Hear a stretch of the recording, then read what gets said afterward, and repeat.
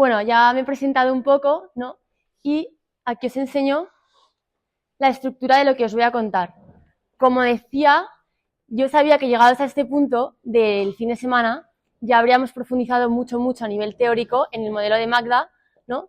Entonces yo lo que os quiero proponer es hacer un análisis de la crisis de salud mental de los jóvenes actual, ¿no? Y que a medida que yo vaya contando, bueno, exponiendo las diferentes ideas, estéis como todo el rato intentando conectarlo con todo lo que visteis ayer, ¿vale? Durante el día de ayer. Porque además al final, si da tiempo, haremos como un pequeño ejercicio como integrador, ¿vale? Entonces eso, que estéis como muy atentos de cómo va iluminando Magda todo esto, aunque también yo voy a hablar del ideal de vida, ¿vale? Vale, para acompañarnos, ¿vale? A lo largo de este recorrido, yo he traído a dos personas muy cercanas a mí que nos van a ayudar como eso, a aterrizar estas ideas en la realidad de manera más visible y más concreta, ¿vale? Y la primera de estas personas es mi persona favorita, ¿vale? No sé si vosotros tenéis persona favorita, pero yo sí. Y esta persona es chan, chan, chan, mi abuela. Oh. Mi abuela Isabel, que cumplió hace nada, hace un par de meses, 80 años. Y bueno, estamos muy unidas desde siempre, que tenemos muchas cosas en común y nada, nos queremos un montón. Y las primas, tenemos una competición por quién es la prima favorita, ¿vale? Porque es como, mi familia es como un matriarcado y todo el mundo quiere como ser el favorito de la abuela. Y evidentemente soy yo, ¿vale? Porque yo soy la primera nieta, ella me llama la nietísima, pero mis primas están muy celosas, entonces han hecho un sticker para reírse de mí. A ver. Ay, no pasa. A ver.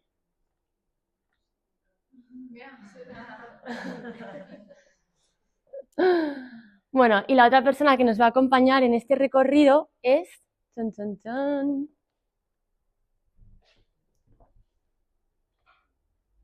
mi prima Eugenia, ¿vale? Que tiene 18 años y va a ser nuestra representante de la generación Z, ¿vale? Ella es muy Z y, bueno, es verdad que en algunos momentos la vamos a caricaturizar un poquito, pero las he entrevistado a las dos, ¿vale? Entonces os voy a dar citas reales de cosas que me han dicho ellas. Antes estaba funcionando esto y ahora no. ¿Hay otra pila? Ah, vale. Vale. Bueno, entonces, como psicólogos vamos a situarnos en el punto de partida de la crisis de salud mental de los jóvenes, ¿vale? Entonces, en las últimas décadas, los problemas de salud mental han crecido hasta niveles alarmantes, ¿vale? Constituyendo una crisis de salud pública que es un fenómeno global, no es de un país o de una cultura aislados, sino que es un fenómeno global, ¿vale? Los principales informes internacionales nos muestran que desde mediados de los 90 han aumentado muchísimo los trastornos, especialmente toda la sintomatología ansiosa, depresiva y la ideación suicida, ¿vale? Aquí tenemos algunas cifras, cientos de millones de personas en el mundo con trastornos de ansiedad, perdón, esto es depresión, ¿vale? Trastornos depresivos. El suicidio sigue siendo una de las principales causas de muerte, constituyendo más o menos 1 entre cada 10 fallecimientos, ¿vale? Y, sin duda, vemos que los jóvenes se han vuelto el grupo más afectado por esta crisis. Y esto se ve en un fenómeno estadístico, ¿vale? Que es la curva de la felicidad. O sea, como que llevamos muchas décadas como viendo que se repetía este fenómeno estadístico de la curva de la felicidad, que mostraba que a lo largo del desarrollo vital, los jóvenes solían ser los que mejor bienestar subjetivo o satisfacción vital presentaban, lo cual disminuía en la mediana edad, muchas veces asociado a la carga del trabajo, muchas responsabilidades, etc. Y luego se iba recuperando posteriormente, como llegando a la vejez, ¿no? Vale, pues esta curva, que hacía como una especie de U, se ha roto, ¿vale? Y como podéis ver, en estas dos gráficas, esta muestra la población de América del Norte, o sea, Estados Unidos y Canadá, y Australia y Nueva Zelanda, ¿vale? O sea, esta curva se ha deshecho por completo y de hecho los jóvenes son el grupo con peor satisfacción vital, bienestar subjetivo, ¿vale? Y en Europa Occidental, donde está España, todavía no hemos llegado, pero estamos tendiendo hacia esto. Por ahora la curva se ha aplanado, ¿vale? Entonces estamos pues en un cambio histórico, ¿no? Que los jóvenes dejan de ser el grupo que mejor valora su bienestar. Si bajamos al caso de Estados Unidos, nos encontramos con unos datos inquietantes, que es que en el último año el 40% de los jóvenes reconoce haber tenido sentimientos persistentes de tristeza o desesperanza, ¿vale? Y, mucho más inquietante, el 20%, o sea, 1 entre cada 5, ha considerado seriamente el suicidio. 1 de cada 5, ¿vale? Estos son estudiantes de secundaria, ¿vale? Este es un informe nacional muy importante, que luego tengo todo esto, lo tengo en la bibliografía por si alguno quiere consultar lo que sea, ¿vale? Pero este es un informe nacional que refleja estos datos en secundaria. Si miramos España, el panorama no es muy distinto, ¿no? Porque entre el año 2000 y 2021 los ingresos, ¿vale?, en hospitalarios por problemas psiquiátricos se ha más que duplicado en todo este tiempo. Los jóvenes, de nuevo, son el grupo más afectado, ¿vale?, por esta crisis. Entre los jóvenes entre 18 y 24 años son los que presentan esos niveles más altos de depresión, de ansiedad y de ideación suicida. Entonces, cuando preguntamos por las causas y nos centramos en datos más cualitativos, pues descubrimos que los jóvenes hablan una y otra vez de mucha incertidumbre, un sentimiento de incertidumbre, de falta de vinculación significativa, dificultades para gestionar emociones negativas. Hablan de una profunda preocupación por no encajar, o sea, sienten que no encuentran su sitio a nivel social, a nivel laboral, ¿vale? Y hablan mucho de la soledad, o sea, de estoy en medio de un montón de gente, pero me siento aún así muy solo. También hablan de insatisfacción, le dan mucha importancia a, o sea, una de las cosas que más malestar les genera a los jóvenes es la insatisfacción con su imagen corporal, ¿vale? Hablan mucho de esto. Bueno, entonces como podemos ver, esto nos puede indicar un malestar que no es solo clínico, sino que es más profundo, ¿no? Relacional, existencial. Para visualizar mejor cómo ha cambiado el paisaje de la salud mental, le he preguntado a mi abuela, ¿no?, cómo eran los problemas de salud mental cuando ella tenía 18 años, y también le he preguntado a mi prima. Entonces mi abuela dice que en su época no se hablaba de ansiedad o depresión, o sea, era algo que no formaba parte de su vocabulario, no conocía esos conceptos y que el sufrimiento no se entendía desde ahí.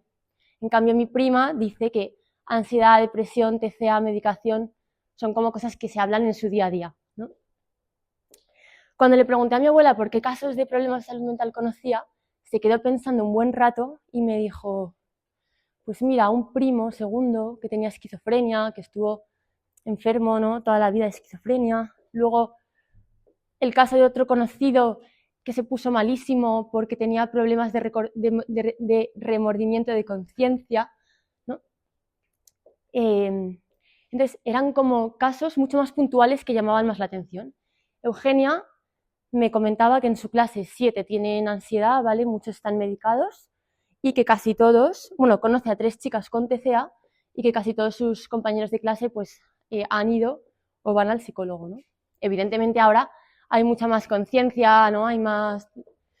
Pero sí que llama la atención, ¿no?, como que antes sí que había problemas de salud mental, pero eran menos frecuentes y más graves y más como estructurales, ¿no? Pues eso, una persona con una esquizofrenia que la acompaña toda la vida, ¿no?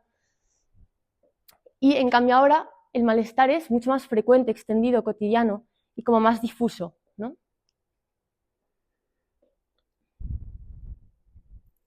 Entonces, llegados a este punto, es inevitable preguntarnos ¿qué está pasando en nuestra sociedad para que los jóvenes presenten tantísima sintomatología, ¿no? Entonces, para esto vamos a enmarcar esta crisis de salud mental en su contexto sociocultural, ¿vale? Esto lo vamos a hacer con 3 autores muy conocidos, ¿vale? Bauman, Hahn y Rojas, Bauman, que es sociólogo y creo que filósofo también, bueno, seguro que habéis escuchado hablar de la modernidad líquida, ¿no? Lleva desde principios de los años 2000 hablando de esto. Él dice que vivimos en una sociedad en la que todo es fluido, todo es cambiante, o sea, nada es permanente, ¿no? Y una sociedad en la que se han disuelto los anclajes tradicionales, la familia, la comunidad, la religión, ¿no? Y él dice que todo esto deriva en eso, en mucha incertidumbre ante el futuro, deriva en como mucho sentimiento de desarraigo también, ¿no? Byung-Chul Han, que si no lo conocéis os lo recomiendo, es un filósofo actual muy interesante, y él habla de la sociedad del rendimiento, una cultura de hiperconexión, una sociedad en la que tenemos que estar siempre disponibles, siempre activos, siempre produciendo, ¿no? Una sociedad saturada de estímulos, ¿no? Y él dice que todo esto genera como una fatiga crónica, ¿vale? Un agotamiento profundo. O sea, para él los síntomas que tienen los jóvenes son la consecuencia de una forma de vida. O sea, son como estructurales de la sociedad, ¿no? Una sociedad que nos agota y que nos genera ansiedad. Enrique Rojas, lo conocéis, ya centrándonos de nuestro ámbito, ¿no? Del ámbito sanitario, lleva muchos años hablando del hombre light, sin valores, sin sustancia, muy orientado al placer inmediato, ¿vale? Sin tolerancia a la frustración e incapaz de construir proyectos de vida sólidos, ¿vale? Entonces, estos autores, que son muy distintos entre sí porque son de diferentes países, de diferentes como campos, los tres tienen una idea central, ¿vale? Que es que la crisis de salud mental tiene profundas raíces socioculturales, no es solo un problema clínico. Y como psicólogos tenemos que plantearnos cuál está siendo la respuesta desde el ámbito sanitario, porque claramente es limitado e insuficiente, ¿no? Durante las últimas décadas, la atención en salud mental se ha abordado principalmente desde el modelo biomédico, ¿vale? Muy orientado a diagnósticos, a reducción o eliminación de síntomas y en muchos casos tratamiento farmacológico, ¿vale? Entonces, este enfoque ha supuesto avances muy importantes, pero a la vez no, o sea, es como una respuesta parcial, o sea, no nos sirve para abordar conflictos existenciales o más profundos, ¿no? De hecho, Thomas Insel, que es una figura muy importante porque fue muchos años el director del National Institute of Mental Health de Estados Unidos, ¿vale? Habla de esto, habla de esta limitación. O sea, él reconoce la importancia de los avances en neurociencia, en psicofarmacología, pero considera que entender los problemas de salud mental como enfermedades exclusivamente biológicas ha llevado al fenómeno de la medicalización del malestar emocional, ¿vale? Y él, o sea, dice que esto es un riesgo porque no estamos abordando adecuadamente las raíces sociales, relacionales, y que esto resulta en una paradoja que es cada vez más tratamiento, pero cada vez menos recuperación real, ¿vale? Y de esto habló ayer Fátima cuando tratamos sobre la sintomatología. Thomas Insel plantea que caemos en el riesgo de silenciar señales importantes, ¿no? Señales importantes de conflictos vitales, ¿no? Que necesitan atención. En el contexto español, en un informe nacional que sacaron hace un par de años, los psiquiatras hablaban de esto, ¿no? Y algunos eran muy críticos y decían, claro, es que la cultura de la inmediatez, la baja tolerancia a la frustración y también la escasez de alternativas accesibles favorecen el recurso rápido a los psicofármacos en España, ¿no? Y para que os hagáis una idea, España está entre los países del mundo con mayor consumo de psicofármacos y es el líder mundial en el uso de benzodiazepinas. O sea, número 1 mundial en el uso de benzodiazepinas. Algo similar ocurre en el ámbito de la psicoterapia, ¿no? Como sabéis, en España, la terapia cognitivo-conductual es el marco principal desde el que se interviene a nivel clínico y es el marco principal de formación en las universidades, ¿no? ¿Qué pasa? O sea, las aportaciones de la terapia cognitivo-conductual son indiscutibles. Tiene un montón de evidencia empírica en su eficacia para disminuir la sintomatología de forma rápida, ¿no? Pero el problema la pregunta en este punto es si nos estamos quedando cortos, ¿no? Porque como muchos de aquí pensamos, muchas veces esa sintomatología va a acabar saliendo por otro lado, ¿no? Entonces, desde esta perspectiva, el sistema sanitario actual no está preparado para responder por sí solo a la crisis de salud mental de los jóvenes. ¿Vale? Todo apunta a una crisis más profunda, una crisis identitaria, una crisis existencial, ¿no? Y desde aquí es desde donde tiene sentido empezar a hablar de ideal de vida, ¿no? Pero antes de eso, necesitamos entender cómo ha cambiado el proceso de desarrollo de identidad de los jóvenes en este contexto de tanto cambio social. Y para esto nos va a ayudar James Coté, que es un sociólogo y psicólogo canadiense, ¿vale? Que lleva toda su carrera profesional estudiando, es contemporáneo, ¿vale? Sigue activo, lleva toda su carrera profesional investigando justo esto, cómo está cambiando el desarrollo de identidad de los jóvenes en medio de la sociedad actual. Entonces, para entender lo que está pasando, él parte de la paradoja riqueza-propósito, ¿vale? Que es que vivimos en las sociedades más prósperas de la historia, ¿no? Nunca antes ha habido tantas oportunidades laborales, educativas, de tecnología, de movilidad personal, ¿no? Y sin embargo, parece que no ha habido un aumento proporcional en el ámbito del sentido vital, ¿no? O sea, parece que cuanto más tenemos, más vacío y menos sentido encontramos a las cosas, ¿no? Entonces, bueno, volvemos con mi abuela y mi prima para retratar un poco esta paradoja, ¿no? De cómo, de la abundancia que hay ahora y todas las oportunidades y elecciones que podemos hacer, ¿no? Entonces, en cuanto a ropa, mi abuela tenía menos de 10 prendas, ¿vale? 4 vestidos para el día a día, 2 de los buenos para misa, para alguna fiesta, ¿no? Un abrigo heredado, 2 pares de zapatos. Perdón, esto no sé si es la versión actualizada. Bueno, sí, está bien, no pasa nada. Eugenia, hicimos videollamada el otro día y empezamos a ver su armario, ¿no? Y empezó a contar las prendas y ya dejamos de contar porque es que tenía más de 50. Y ella me dijo que compra más o menos cada 3 meses ropa nueva en Zara, Shein, etcétera, etcétera. Yo creo que igual está incluso debajo de la media en cuanto a las compras que hace, ¿vale? Comida diaria, pues mi abuela comía lentejas, cocido, tortilla, lo que había en la mesa no se elegía y pues se repetía mucho, ¿no? Eugenia pues puede elegir entre muchísimas cosas en casa, pues a veces sus padres preparan algo pero no le apetece, entonces se coge algo de la despensa, se hace algo rápido o pide Uber Eats.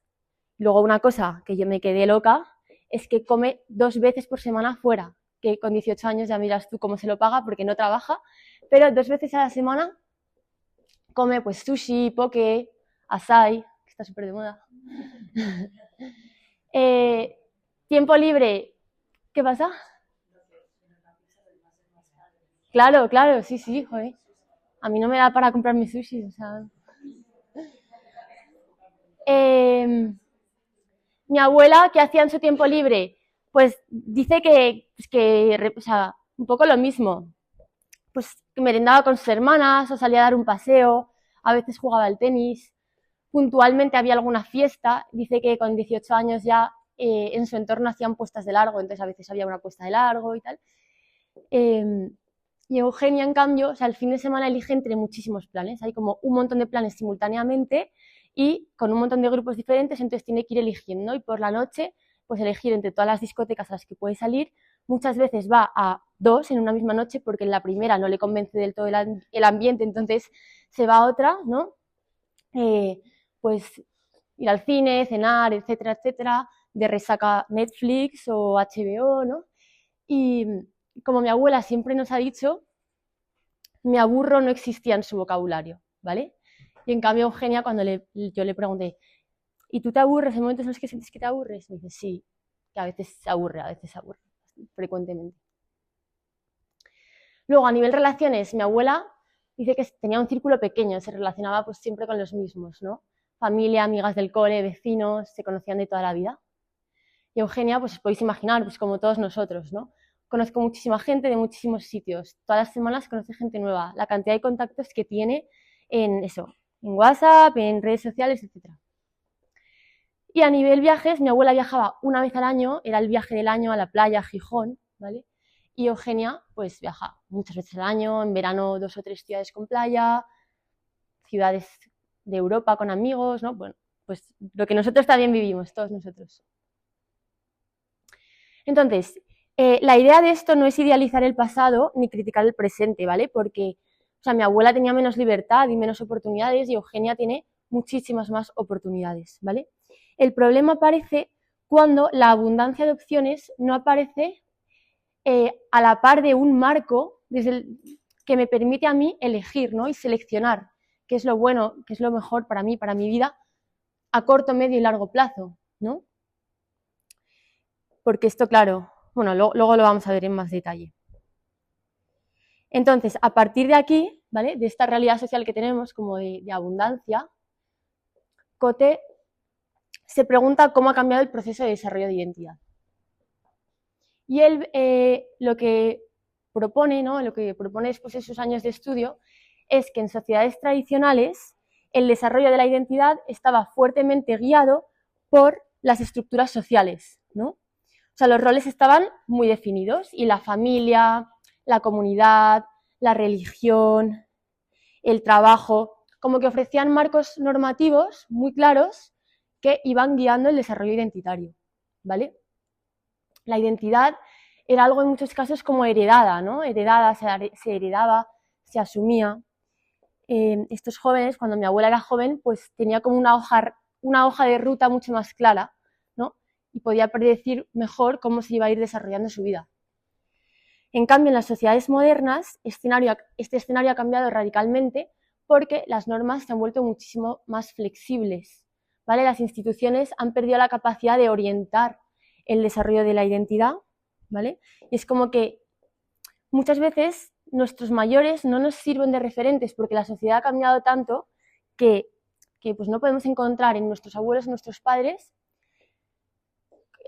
la referencia para muchas cosas, ¿vale? O al menos eso parece, ¿no? Entonces, los jóvenes eso no tienen una hoja de ruta clara de cómo vivir, sino que hay como una multiplicidad de opciones, pero sin una jerarquía evidente. Y me han impactado mucho los comentarios de mi abuela y de Eugenia cuando les he preguntado sobre esto, porque claro, a nivel identidad sexual y orientación, que no lo he puesto, o sea, esto no era una pregunta a explorar, o sea, nadie se exploraba esto, o sea, era mujer y punto, ¿no?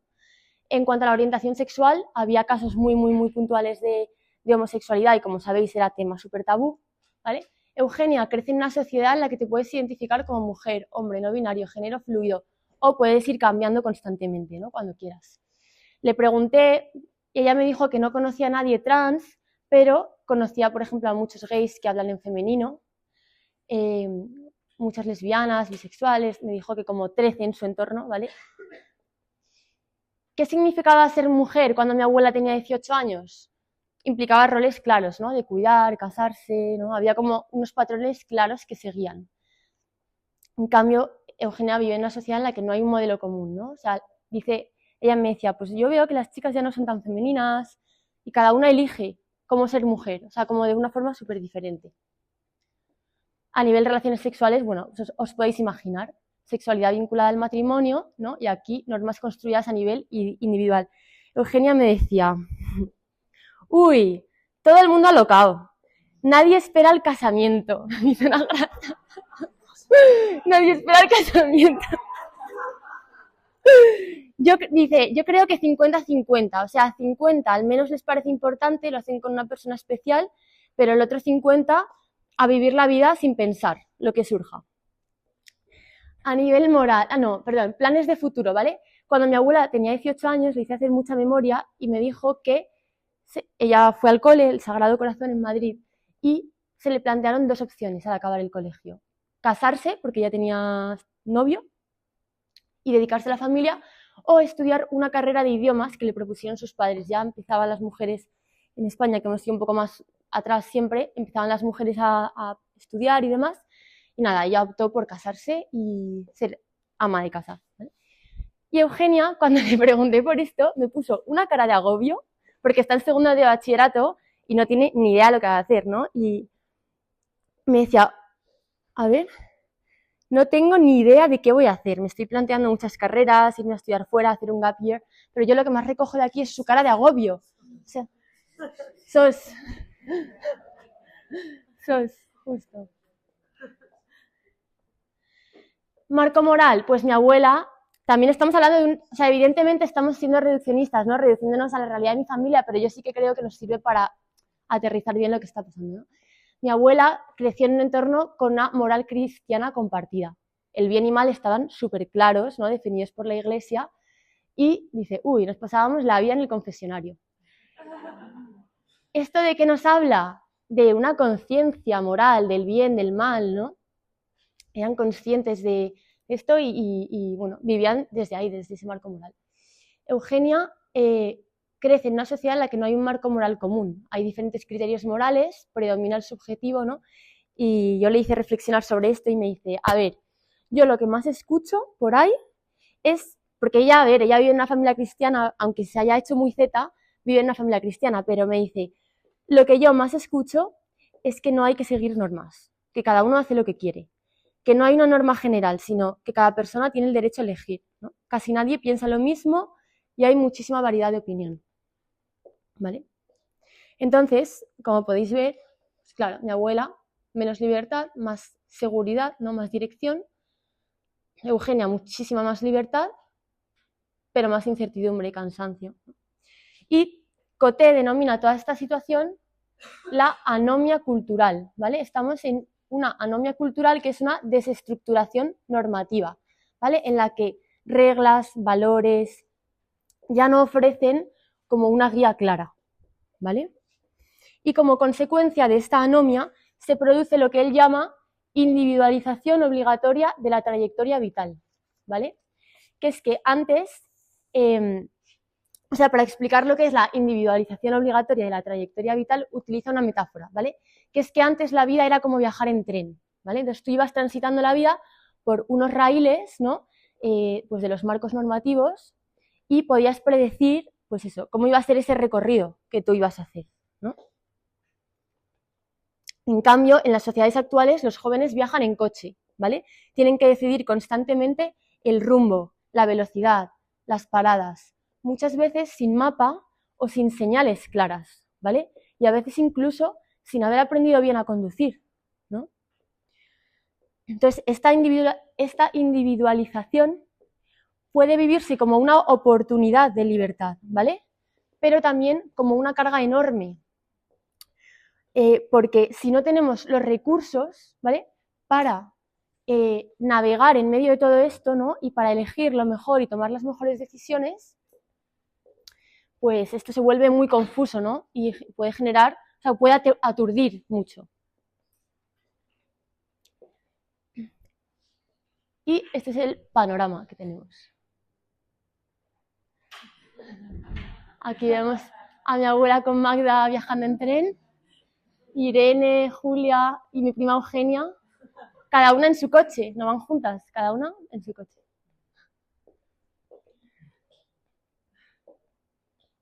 Entonces, esta cuestión, o sea, la cuestión no es solo que tenemos que elegir más, sino cómo vamos aprendiendo a hacerlo, ¿vale? Y Coté habla de que es que es súper difícil de decir, la individualización obligatoria se puede hacer de dos maneras, ¿vale? Individualización por defecto e individualización de desarrollo, ¿vale? Entonces, es que no lo voy a decir tantas veces, la que es por defecto, consiste en como dejarse llevar o aceptar los modelos identitarios que nos ofrece el mercado, la cultura de masas o el sistema educativo, ¿vale? Construye como identidades más prefabricadas, basadas en el consumo, la imagen, el éxito, ¿no? O sea, el joven no desarrolla activamente su identidad, sino que asume como un pack cultural, ¿vale? Claro, esto tiene sentido. Los jóvenes tienen ahora como un vacío, ¿no? O sea, ese pack cultural antes como que no lo necesitaban porque, como decía, el desarrollo estaba mucho más guiado y acompañado. Pero ahora, ante todo ese vacío, pues eso, ¿no? A veces no les queda otra que asumir ese pack cultural.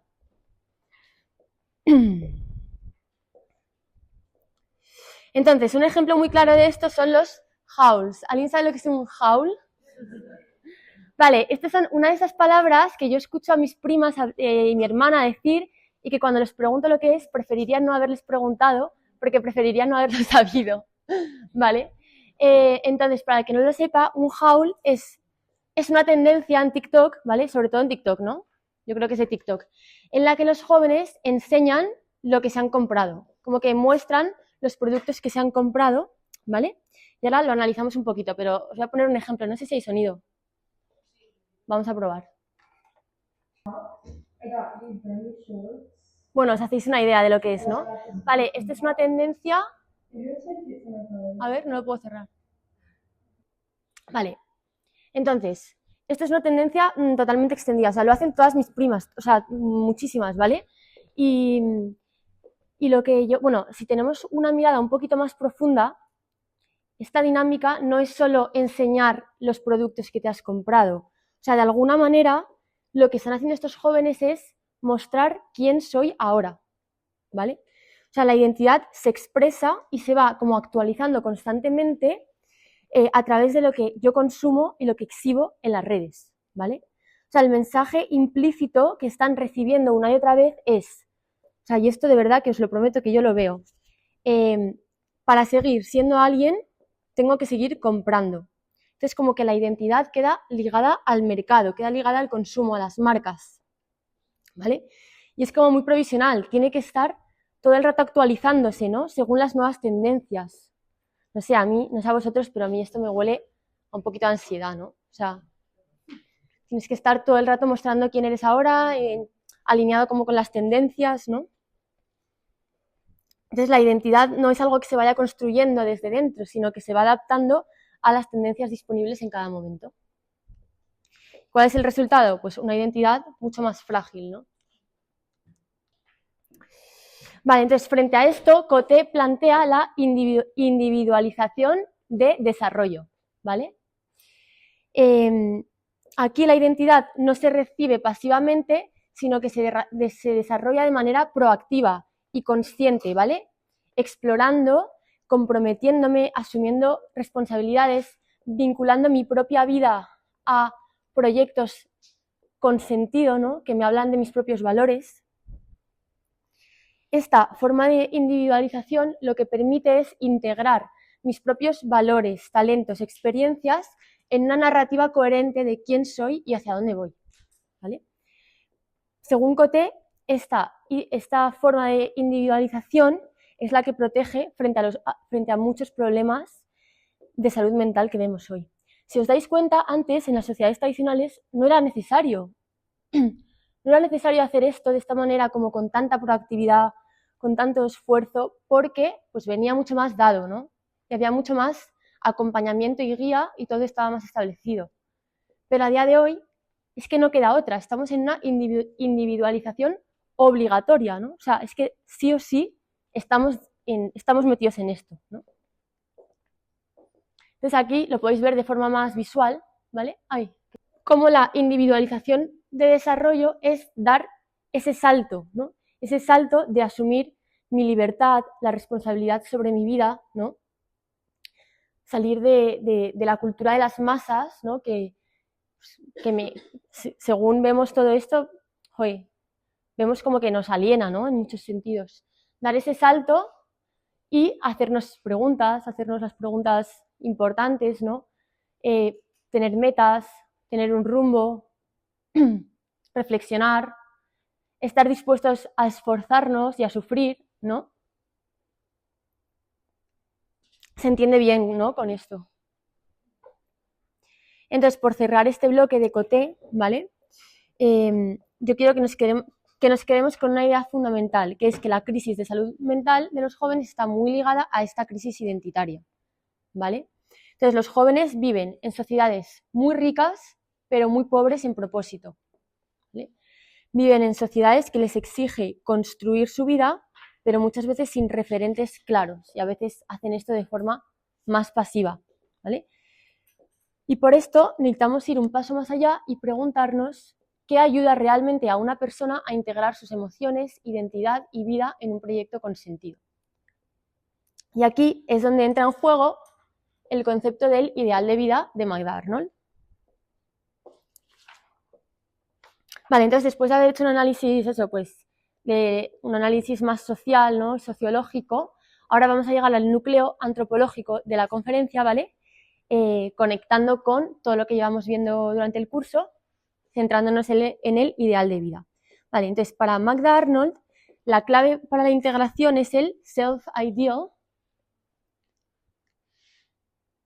que traducimos como autoideal o como lema de vida, o yo suelo decir lema de vida, no, lema no, perdón, ideal de vida o ideal personal, ¿vale? Entonces, Arnold introduce este concepto cuando contempla el dinamismo psicológico desde una visión de conjunto, porque una de las principales fortalezas de Arnold y su modelo es que ella tiene una mirada como súper completa, ¿no? Y elabora un modelo muy complejo porque va desde lo más aterrizado y concreto, ¿no? Como son las fases del appraisal, por ejemplo, como habéis visto, esa percepción, ese appraisal, pero nunca pierde de vista la visión de conjunto sobre la persona, como ser multidimensional, ¿no? Y eso hace que su modelo sea muy, muy rico, ¿no?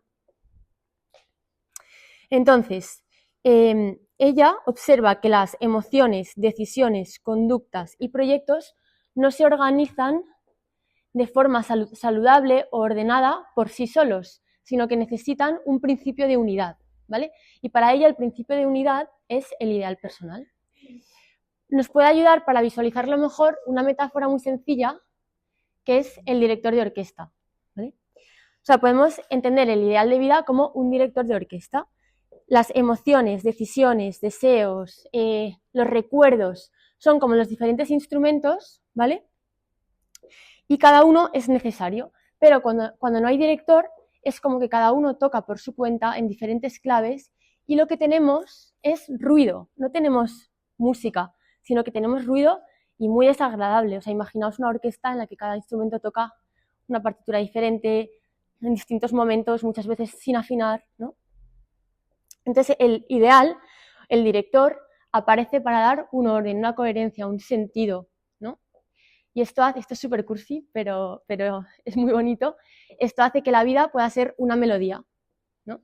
Una melodía y no simple ruido y golpes a los instrumentos. ¿Se entiende con este ejemplo? O sea, el ideal de vida sería como el principio de unidad, sería como el director que dirige todo, o sea, toda nuestra experiencia, pues están nuestros valores, están nuestros recuerdos, lo que hablábamos el otro día, de pues, que podemos tener, por ejemplo, recuerdos traumáticos, ¿no? Nuestros deseos, nuestra afectividad, ¿no? Nuestro de repente impulso afectivo, todo eso puede estar como súper desordenado y el ideal de vida viene para irlo ordenando todo, ¿vale? Entonces, a ver, es que el ejemplo que iba a decir no me gusta mucho, pero bueno, sí, si yo tengo algún desorden afectivo, que bueno, creo que Ruth hablará de eso, pero si yo tengo algún desorden afectivo y me siento atraída por algo que no encaja con mis valores, o sea, el ideal de vida es el que va a ir haciendo que todo esté como alineado y coherente, ¿vale? Entonces, el ideal de vida en ese caso me va a ir ordenando, me va a guiar cómo tengo que ir ordenando mi afectividad, ¿vale? Para ser una persona íntegra, integrada. Este ideal no se inventa arbitrariamente, ¿vale? Yo no me puedo ahora coger y inventarme mi ideal de vida, ni tampoco me lo pueden imponer desde fuera, y como psicólogos no podemos imponer el ideal a nuestros pacientes, ¿vale? El ideal es algo que parte de la realidad concreta de la persona, es como algo único de cada persona, ¿vale? Porque parte de su realidad, pues de su temperamento, de su historia, ¿no? Y debe reflejar lo mejor que esa persona puede llegar a ser, ¿vale? Teniendo en cuenta, pues eso, sus capacidades, sus virtudes, sus defectos, lo mejor que esa persona puede llegar a ser. El ideal de vida es algo que se va formando a lo largo de la vida, ¿vale? Comienza con influencias familiares, culturales, pero se ajusta y profundiza mediante la reflexión. Vale, para una persona católica, ¿vale? Que aquí estamos en la ciencia y en la fe, este ideal de vida va a partir de verdades concretas, firmes, que son las verdades reveladas, ¿no? Y por ejemplo, o sea, pues yo en mi ideal de vida parto de que soy criatura, parto de que soy hija de Dios, ¿no? También soy hija de mis padres, etcétera, etcétera. Que esto es lo que hablábamos ayer, que al final, hoy en día, cuando las personas no tienen unas verdades que son como pilares firmes y sólidos sobre los que desarrollar su identidad, es muy difícil, ¿no? Tener este ideal de vida. O sea, este ideal de vida requiere verdades sólidas que yo voy jerarquizando, ¿vale? Luego, como hablaba, o sea, Fátima ayer habló de esto, que es que no vale cualquier ideal, ¿vale? O sea, hay algunos que conducen a la madurez y a una identidad sólida y hay otros que no, ¿vale? La madurez afectiva o una identidad sólida requieren formar un self-ideal as it ought to be, en palabras de ella, que lo traducimos como ideal de vida adecuado, ¿vale? ¿Y qué es un ideal de vida adecuado? Es aquel que está alineado con las verdades de la naturaleza humana y aquellas que perfeccionan al ser humano, ¿no? Según esta naturaleza, promoviendo como su desarrollo integral. Entonces, como dice Arnold, esto es en palabras de ella, cuando el ideal es equivocado o está pervertido, acaba trabajando contra las necesidades más profundas de la propia persona. Entonces, ayer Fátima decía que si una persona lo que más valora es el éxito y pisando a otra persona consigue X éxito profesional, no se va a sentir mal, se va a sentir bien, ¿vale? Pero Arnold dice que cuando, ¿vale? A nivel emocional, a lo mejor en ese momento no se siente mal, no le aparece la culpa. Pero, según Arnold, cuando se vive desde un ideal que no es adecuado, la personalidad se fragmenta y aparece la sintomatología. Aparecen los mecanismos de defensa o sintomatología para intentar como unir esas partes fragmentadas, ¿vale?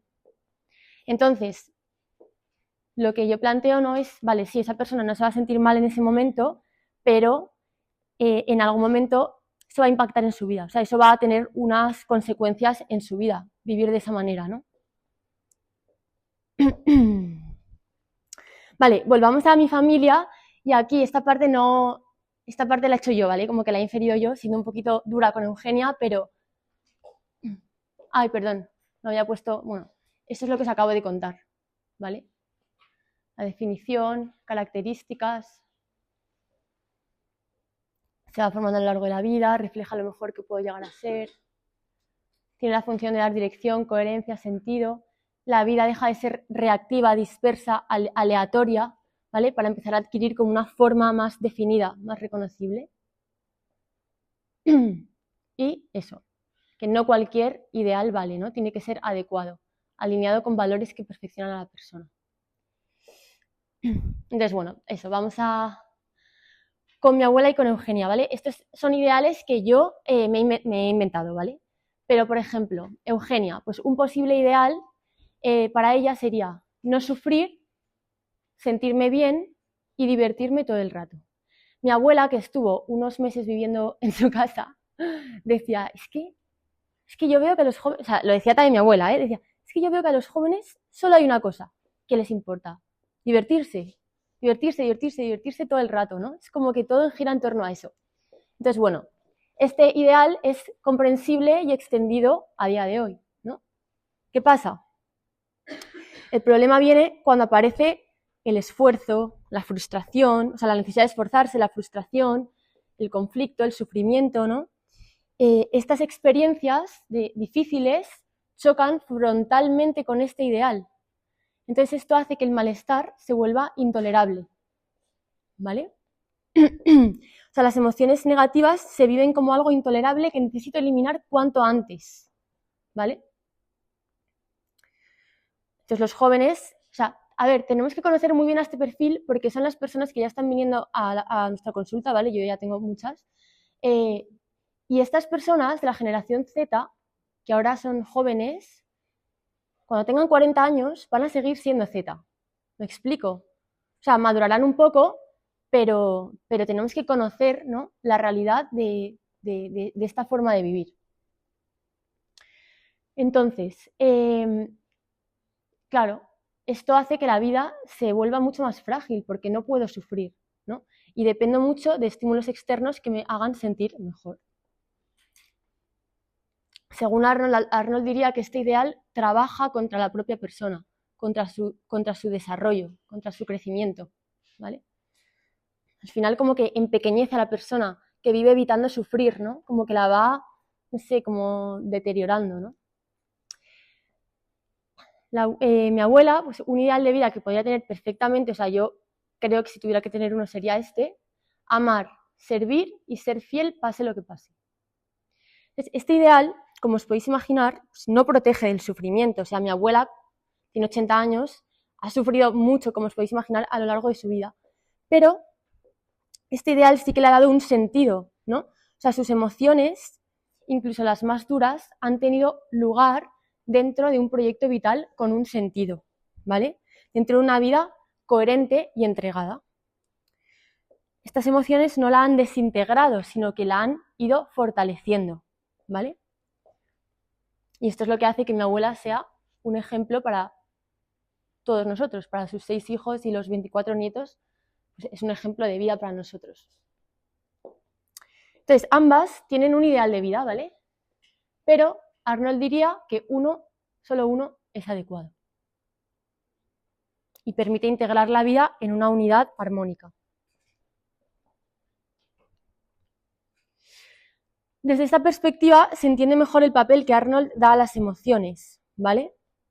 Para ella, la clave para alcanzar la madurez afectiva no consiste en reprimirlas, controlarlas, sino en ordenarlas en torno al ideal de vida, ¿vale? O sea, las emociones realmente, desde esta perspectiva, tienen una función esencial, ¿vale? Ella llega a describirlas como guardianas del ideal personal. Cuando yo tengo un ideal de vida adecuado, las emociones positivas, como la alegría, ilusión, entusiasmo, pueden impulsarme hacia la vivencia de mi ideal, ¿vale? Y las emociones negativas, tristeza, culpa, vergüenza, me protegen de alejarme de ese ideal, porque si yo me alejo de ese ideal con algo que hago, pues me voy a sentir culpable, ¿no?, o triste. Entonces, cuando el ideal de vida es adecuado, las emociones no son un problema, sino que nos están avisando de que algo no encaja y nos ayudan a corregir el rumbo, ¿vale? El problema viene cuando el ideal de vida no es adecuado, ¿vale? Ahí es donde... Pero claro, es que desde esta perspectiva el problema no es tanto emocional, sino que el problema es más del ideal de vida, ¿no? Es verdad que yo puedo tener un ideal de vida adecuado, pero luego puedo tener, pues, traumas, ¿no? Puedo tener traumas, en lo que hablábamos de la memoria afectiva, tener esas heridas o esos traumas que me dificultan vivir mi ideal personal porque me quitan libertad psicológica, ¿vale? Pero aquí el ideal, pues, nos va guiando en ese camino personal de sanación, de crecimiento, ¿vale? Bueno, eso, nos van guiando en ese camino. Sí. Claro, pueden ser dos cosas, o que esas emociones negativas nos indiquen, pues, que hay un problema en nosotros, pues eso, pues por un trauma pasado o lo que sea, o que simplemente hemos hecho un mal uso de la libertad. En plan, he hecho un mal uso de la libertad, me he portado fatal con esta amiga y me siento súper culpable y súper triste, y eso no hay que eliminarlo, eso hay que escucharlo porque me va a hacer volver a mi ideal, ¿no? Repararlo y volver. Entonces puede ser por traumas, pero también aquí tenemos que integrar el uso de la libertad y que podemos tomar buenas o malas decisiones. Entonces, vale, aquí voy a ser cero académica, ¿vale? Pero bueno, como estamos aquí en el club, que es una comunidad y que además hablamos también de la fe, yo os cuento que una cosa muy bonita, que es que yo soy del movimiento de Schoenstatt, ¿vale? No sé si lo conocéis algunos. Entonces, cuando empecé a leer a Magda Arnold, yo me quedé súper impactada porque pensé, es que esto es lo mismo, o sea, es como que toda la teoría de Magda se alinea muchísimo con la espiritualidad de Schoenstatt y, o sea, me pareció súper bonito porque, bueno, que para mí fue algo como muy especial, ¿no? Y yo pensé, este hombre, el padre Kentenich, que es el fundador, ha leído a McDonald 100%. Y bueno, he investigado un poco, no he podido llegar a confirmarlo, pero lo que está claro es que los dos beben un poco de la escuela, si no me equivoco, que lo estuve leyendo el otro día, de la tercera escuela vienesa de psicoterapia, de todo lo que tiene que ver con existencialismo, logoterapia, etcétera, ¿no? Entonces, bueno, un elemento central de la espiritualidad de Schoenstatt es el ideal personal, ¿vale? Que es exactamente lo mismo que el ideal de vida, ¿vale? Y de hecho, como parte del camino espiritual de las personas de Schoenstatt, hay un proceso de descubrir tu ideal personal, ¿vale? Para poder vivir desde él. Entonces, aquí se habla de descubrir. Entonces, yo esto os lo voy a contar porque aunque no sea la teoría de McDonald, creo que ayuda, ¿vale? A entenderlo y creo que viene a aportar. Entonces, en Schoenstatt se habla de que el ideal se descubre, ¿vale? Y de que se descubre a través de 3 voces, ¿vale? La primera de esas voces es la voz del ser. La voz del ser son verdades objetivas de mi persona. Por ejemplo, si soy católica, pues lo que os decía, soy criatura, soy hija, soy mujer, ¿vale? Eso está en mi voz del ser. También mi biografía personal, ¿vale? O sea, todo lo que ha ido ocurriendo a lo largo de mi vida forma parte de mí ya. Entonces, en la voz del ser está mi historia también, con mis heridas, con mis fracasos, con mis logros, ¿no? Y se me revela mi ideal de vida también a través de mi propia historia y mi biografía, ¿vale? Luego, la segunda voz que hay que escuchar es la voz del alma, que es mis anhelos, mis deseos, todo lo que me mueve, me conmueve, ¿vale? Aquello como que me hace vibrar, o sea, se manifiesta en las personas que me inspiran, ¿no? Pues yo tengo estas 3 personas que me inspiran muchísimo y que es que cuando oigo hablar de ellas es como que algo se mueve en mí, pues eso es la voz del alma, ¿vale? O, yo qué sé, pues sí, textos, por ejemplo, evangelios que me tocan muy especialmente, pues me están hablando de mi ideal de vida, ¿vale? Valores ante los que mi corazón reacciona con fuerza. Y por último, el ideal engloba también la voz del tiempo, que es la realidad concreta, ¿vale? O sea, ¿qué me pide hoy mi familia, mi entorno, mi trabajo, mi generación? ¿Vale? Porque el ideal de vida no es solo algo interior, sino que es algo que responde a las necesidades reales del mundo. O sea, mi ideal me conecta con mi sociedad y me conecta con mi mundo, y aquí es donde el ideal se convierte en misión, ¿vale? O sea, según mi ser, cómo soy, mis características, mis dones, mi historia, según lo que me mueve, mis anhelos, y según lo que esté ocurriendo en mi tiempo, yo tengo un ideal, ¿no? Y en Schoenstatt se propone también, como ya para la vida espiritual interior, se propone escuchar estas 3 voces, ir perfilando el ideal personal. O sea, todo esto es un camino de autoconocimiento, ¿vale? Un camino de autoconocimiento, y proponen concretar el ideal en un lema, una frase breve que expresa mi ser, como que recoge, haciendo todo este proceso de autoconocimiento que puede ser de años, ¿vale? Mi ser y mi misión. ¿Y cómo se hace esto para dejarlo en una frase? Pues se elige un símbolo que englobe muchas de estas características, ¿vale? Y otro símbolo para mi misión. Entonces, lo bonito es que se hace un lema que recoge todo mi ideal de vida, según cómo soy, pero que es lo suficientemente amplio, porque es simbólico, como para que pueda guiarme y ser luz para mí en todos los momentos de mi vida. Y que ese ideal de vida yo lo pueda vivir, esté a tope en mi carrera profesional, en mi mejor momento, tal, o esté enferma de cáncer, ingresada en el hospital, ¿no? Este ideal de vida también me va a guiar, porque es una verdad profunda de mi ser, ¿no? Después de esto, ¿no? A lo largo de este recorrido han ido apareciendo una serie de tensiones de fondo, ¿vale? Que han estado presentes todo el tiempo. O sea, si miramos en conjunto todo lo que hemos ido hablando a lo largo del día de ayer y en la exposición que he hecho yo hoy, descubrimos estas 5 tensiones de fondo. Líquido, sólido, fragmentación, integración, placer, propósito, superficialidad, profundidad, pasividad, agencia. Entonces, ahora, voy a ver cuánto tiempo queda. Vale, vamos bastante bien. Vale, entonces, ahora lo que quiero es que vosotros reconstruyáis este análisis, ¿vale? O sea, yo en mi TFM lo que hice fue hacer un análisis final desde estos 5 ejes que yo veía que emergían, ¿vale? De todo esto. Pero ahora quiero que lo reconstruyáis vosotros, ¿vale? Entonces, lo hacemos así como en asamblea, ¿vale?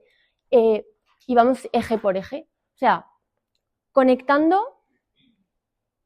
la sintomatología de los jóvenes, conectando la crisis, el contexto social en el que estamos y la crisis identitaria, conectando el modelo de Magda, cómo viene el ideal de vida a resolver cada una de estas tensiones, ¿vale? Entonces, os pido eso, como que vosotros lo reflexionéis y que vayáis como, que lo vayamos reconstruyendo entre todos, ¿vale?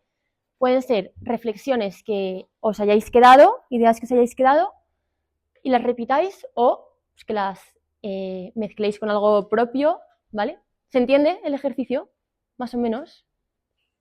Que a mí me venía una reflexión súper rápida, es más desde la perspectiva espiritual, ¿vale? Pero como que al final, aunque tú puedas tener un ideal de vida sólido, o sea, con certezas, ¿no? Verdades como que no son efímeras, se te puede ir un poco, se puede ir. O sea, al final, pues yo que sé, me viene un ejemplo de un sacerdote que es influencer, pues su objetivo sólido es llegar a los demás, llevar a Cristo a través del mundo y a los jóvenes en su realidad, pero inevitablemente pues los likes, que un vídeo se haga viral, que suban los seguidores, pues le puede hacer, o sea, le puede desordenar de tal manera que a lo mejor en algún momento su éxito, su valor personal lo pueda depositar ahí. Sin embargo, tener una base sólida siempre te da un lugar donde puedes volver. O sea, si yo quizá pues mi valor lo pongo pues en Dios, el que sea creyente, y el que no en valores como el bien, la verdad, la belleza, cosas, ¿no? Que no sean efímeras, pues siempre tienes un lugar seguro al que volver cuando, pues, como en el Evangelio de la casita sobre la roca, pues que estás, edificas en algo fuerte de tal manera que si hay vientos, huracanes, el mundo así loco, puedes volver tranquilamente y estás seguro y estás bien, ¿no? Entonces, como que sí que se me venía a nivel terapéutico, ya menos espiritual, pues ayudar a la persona aunque no tenga que alejarse de las cosas que propone el mundo, pues porque están y ya está. O sea, como construir sobre roca desde la mirada más psicológica, como valores fuertes, sólidos, que no se muevan, que no sean efímeros. Y nada, se me venía. Qué buena, o sea, tal cual. Yo creo que la identidad de los jóvenes ahora es como la casita construida sobre arena, que a la mínima, ¿no? Se tambalea todo y aparece la sintomatología. Hay muchísima fragilidad. Vale, o sea, también en relación a la pregunta que ha hecho Fiorella, que la podemos ir respondiendo, pero he traído como un pequeño caso, ¿vale? Un pequeño ejercicio clínico para que hagamos juntos, ¿vale? A ver. O sea, ayer vimos con Fátima un par de casos, ¿no? Que nos ayudaron mucho a conectar todas las piezas y demás, pero con todo lo que hemos hablado hoy, evidentemente necesitamos un caso de una persona de la generación Z, ¿no? Entonces, vamos a, he elegido una persona, ¿no? Que ahora os digo quién es, y vamos a imaginar cómo la miraría Magda Arnold, ¿vale? Si estuviera aquí. O sea, y no es para diagnosticarla o juzgarla, sino para leer su malestar desde esta perspectiva, ¿vale? De ideal de vida. Entonces, esta persona es, no sé si la conoceréis, seguro que muchos sí.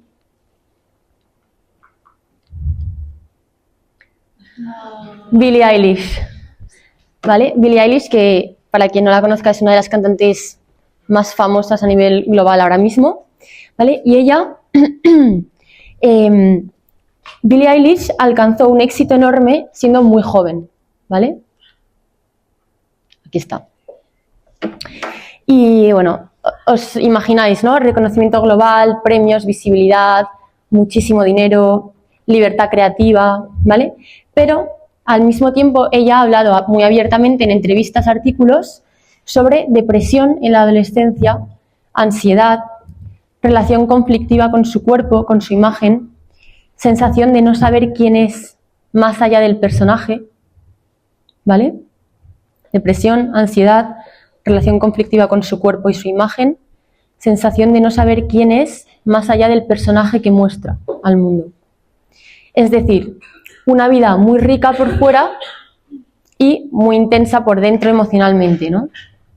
Entonces, imaginemos ahora que Billie Eilish entra en la consulta de Magda Arnold.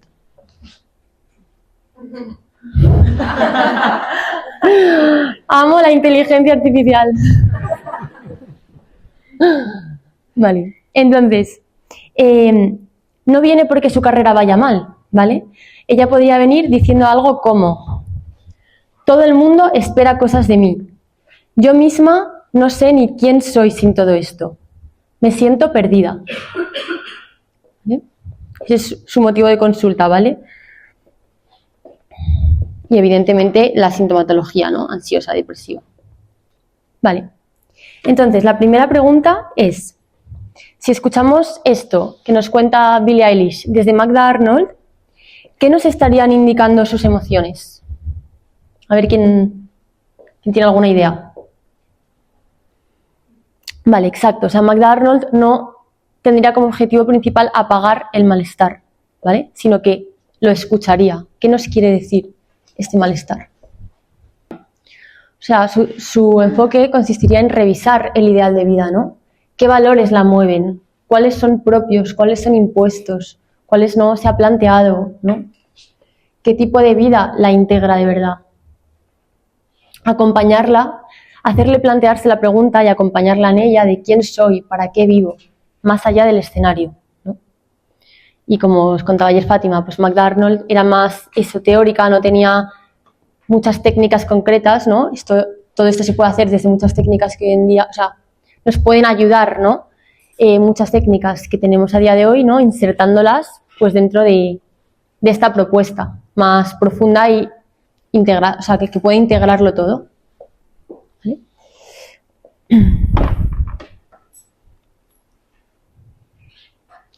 El ideal de vida es una clave clínica para integrar la vida afectiva y para orientar la identidad.